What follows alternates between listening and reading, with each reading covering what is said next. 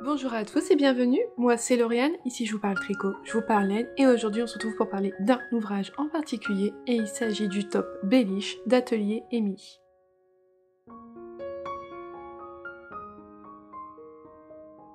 Le top Bellish est un top qui est sorti cette année, qui a donc été designé par Émilie Louis, Atelier Émilie sur les réseaux sociaux. C'est un modèle qui se présente soit sous la forme d'un débardeur ou soit avec des petites manches. Les deux options sont présentes dans le patron. Il est disponible en français et en anglais sur Ravelry et je vais vous montrer ma version. La voici. Voici donc le top Bellish. Il se reconnaît par ce point texturé sur tout le corps, devant, derrière, du top. Même si, voilà, on voit, hein, il est travaillé partout, c'est vraiment extrêmement simple à tricoter. C'est juste un jeu d'augmentation et de diminution qui forme ces jolies lignes. C'est vraiment très très beau. Ça se retient bien, faut vraiment pas en avoir peur, parce que c'est vrai que ça peut faire peur hein, de voir qu'il y a autant de textures dessus, mais en fait, rien qu'à faire l'échantillon, vous allez avoir compris comment est fait le modèle, et c'est vraiment très très simple à faire. Vraiment pas compliqué du tout, faut pas en avoir peur. Alors, le top Bellish se tricote du bas vers le haut. C'est ce qu'on appelle un bottom-up. On va commencer par le bas. En bas, on a deux options. On a ici la partie festonnée. Donc en fait, on va juste monter ses mailles, faire un ou deux rangs de préparation, puis après on va tricoter tout le top. Et c'est le motif du top en fait qui donne ce côté festonné en bas.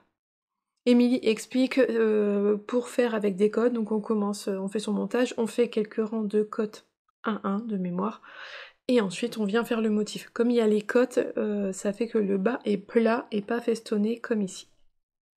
Moi j'avais choisi la version festonnée, donc voilà ce que ça donne. On vient ensuite tricoter tout le corps pendant un certain nombre de centimètres, donc voilà ce que donne le motif. Ces jolies bandes là, j'aime beaucoup.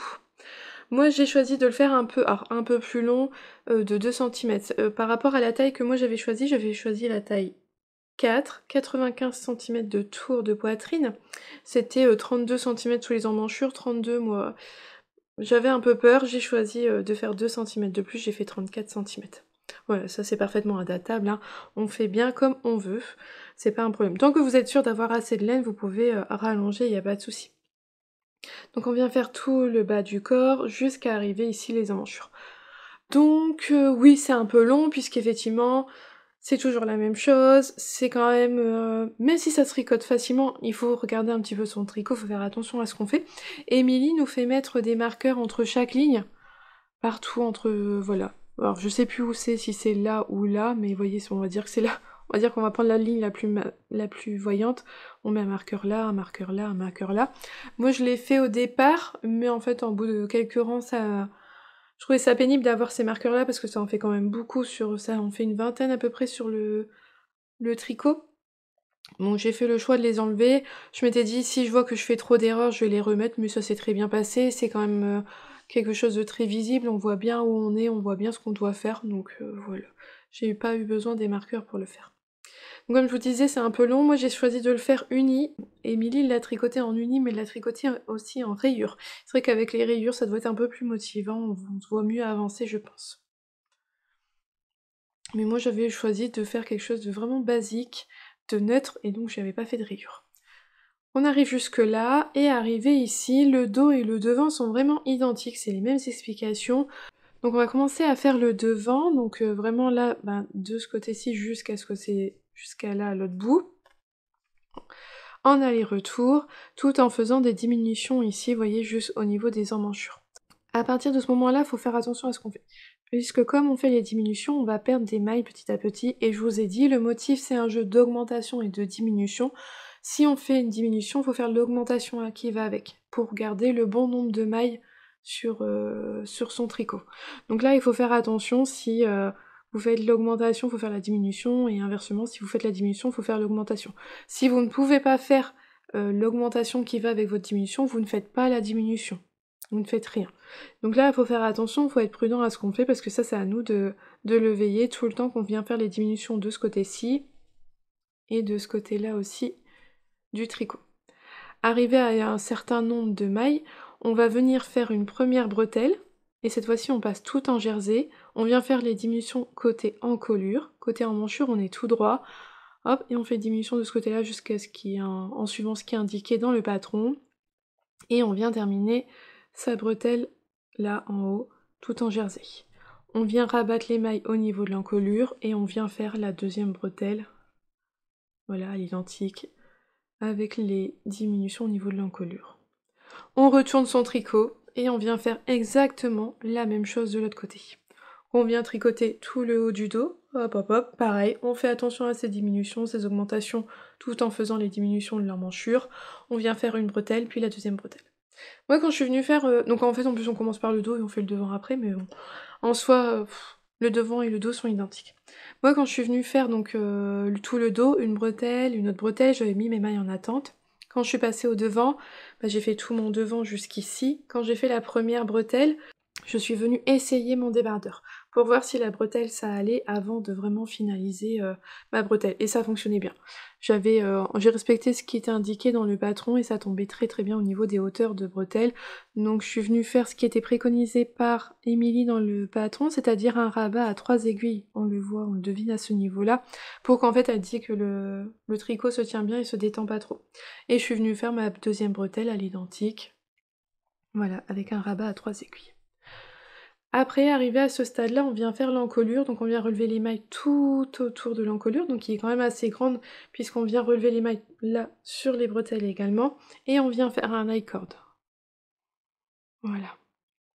Et c'est comme ça que je différencie mon devant de mon dos, c'est que mon début d'high cord, il est là. Vous voyez, hein, c'est pas ce qu'il y a de plus propre, ça se voit que la couture, elle est là. Et donc je me suis dit, ça c'est dans le dos. Et à ce moment-là, il y a les deux options. Moi, j'ai fait l'option des manches j'ai pris l'option débardeur, c'est-à-dire que j'ai pas fait de manches. On vient relever les mailles au niveau de l'emmanchure pour faire un high cord également. Mais il y a les explications pour faire des manches. Je n'ai pas du tout regardé comment elles se font, mais je suppose qu'on relève toutes les mailles, puis on vient tricoter des manches. Je ne sais pas la forme des manches, j'ai pas regardé, mais on peut avoir des petites manches sur le débardeur. Et en fait, vous allez voir sur Ravelry, donc Émilie l'a fait en deux versions. Une version débardeur qu'elle a fait avec des rayures, une version unique qu'elle a fait avec les manches. Et de toute façon, il y a déjà pas mal de projets sur Ravelry, vous verrez les deux versions. Et voilà, c'est terminé. En soi, c'est pas un modèle compliqué. Il fait peut-être un petit peu peur parce qu'il a ce côté très texturé partout, mais c'est vraiment très très simple. Alors là, franchement, il n'y a pas plus simple comme point. Je peux vraiment pas vous en dire plus parce que ça serait trop dévoilé en fait le patron. Mais vraiment, c'est vraiment simple. Ça se tricote bien, même si forcément il y a tout le corps à faire, mais franchement, j'ai trouvé que c'est pas trop long. Moi, ce que j'aime bien quand je fais des bottom-up, c'est que vraiment au début, on est donc en bas, on découvre le patron, donc on est dans la motivation du nouvel en cours, de la découverte du patron, du motif, du fil, donc c'est sympa. Donc au départ, on tricote parce qu'on est dans l'effervescence du nouvel en cours. Et quand on commence un peu à ralentir, ce qui nous motive, c'est de savoir que une fois qu'on va arriver là, ça va aller beaucoup plus vite. Une fois arrivé aux emmanchures, on sait qu'on va aller en diminuant et que là, ça va aller vite, et ça, c'est motivant. Moi, j'aime beaucoup. Je préfère, même si c'est pas ma construction préférée parce qu'on peut pas trop essayer en cours, c'est vrai que quand on fait du bas vers le haut, il y a la motivation que en haut ça ira beaucoup plus vite. Alors que quand on le fait dans l'autre sens, là on a découvert le patron, on a eu la joie du nouvel en cours, on est arrivé ici, on joint tout en rond, on doit faire tout le corps. Alors là, il faut se motiver pour aller au bout. Enfin, c'est que mon point de vue. Mais voilà, donc vraiment pas compliqué comme patron, très joli. Un très joli rendu. Je vais vous montrer ce que ça donne porté, puisqu'aujourd'hui j'ai juste un débardeur, je vais pouvoir me changer sans problème. Ceux qui savent, hein. Quand je l'ai eu fini, je vous l'avais montré je vous l'avais montré dans mes épisodes du dimanche matin où je vous montre les avancées de mes tricots. Et ce jour-là, j'avais une robe, mais j'avais quand même tenu à vous le montrer porté et c'était vraiment moche. Mais ça a valu un fou rire, ça a pu vous permettre de rire aussi. On en a bien rigolé tous ensemble et ma foi, c'est tout ce qui compte. Mais là, j'avoue qu'aujourd'hui, j'ai une tenue adaptée pour vous montrer ce que ça donne porté, et ça sera quand même mieux. Voici le rendu porté du top Bellish. Regardez, c'est beau quand on n'a pas de robe en dessous. Voilà le top Bellish. Alors comme je vous l'avais dit dans mes vidéos, C'est mon 3e débardeur pour cet été et c'est enfin le 1er débardeur que je fais une aisance négative. C'est-à-dire que là, vraiment, au niveau de la poitrine, il me colle, hein. Alors, quand on tire, hein, franchement, ça reste un peu élastique, donc il y a un petit peu de marge, mais vous voyez, c'est quand même bien moulant et finalement, bah, c'est ce qui va le mieux, quoi. Ça tombe bien, c'est super bien. Donc là, vous voyez, on colle bien. Au niveau de l'emmanchure, ça baille pas, c'est pas trop haut, franchement, c'est parfait. Ici, ça se met bien aussi, ça baille pas, ça roulotte pas, j'en suis vraiment contente. Et voilà au niveau du bas. Alors, je trouve que le côté un peu festonné, vous voyez, ça va roulotter quand même un petit peu.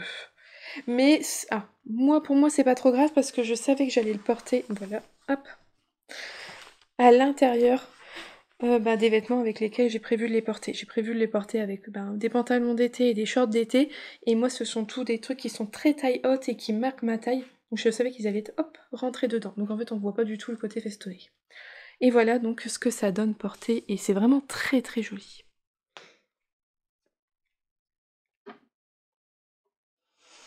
J'aime beaucoup cette petite encolure assez carrée. En fait, j'ai pas beaucoup de tops comme ça avec une encolure qui est plate là puis qui remonte bien. J'aime beaucoup, ça change, c'est quelque chose que j'avais pas. Et donc voilà le rendu. J'aime bien, hein, c'est vraiment très joli. Voilà.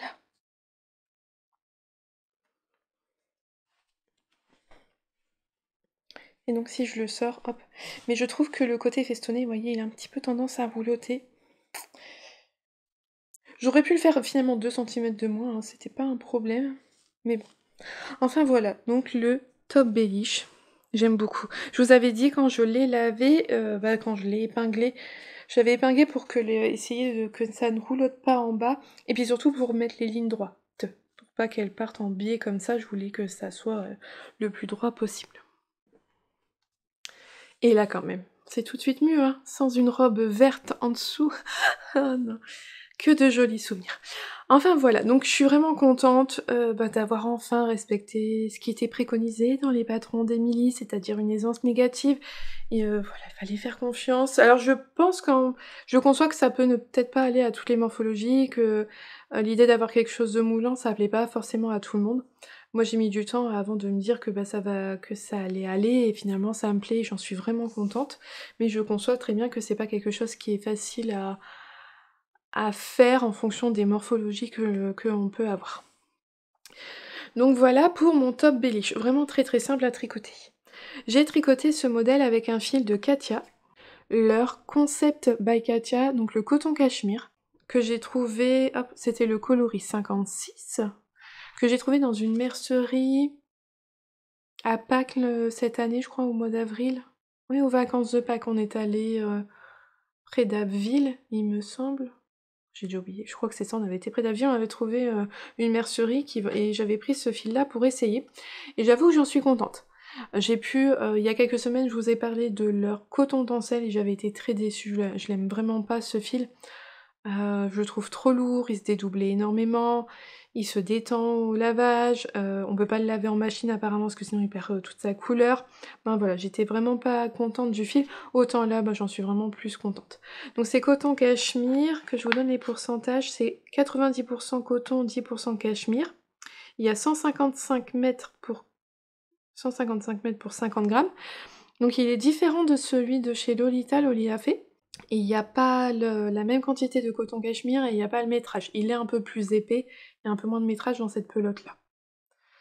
Avec ce fil-là, j'avais réussi à avoir l'échantillon demandé par Émilie. Il s'est pas détendu au lavage. Franchement, non, j'ai pas de problème, il est pas plus large.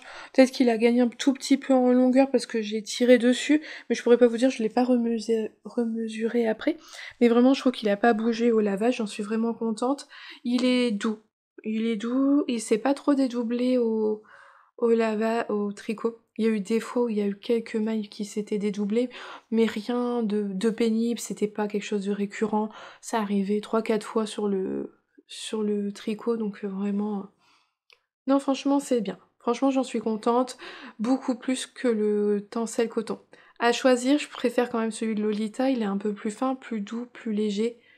Je préfère celui de Loli l'a fait.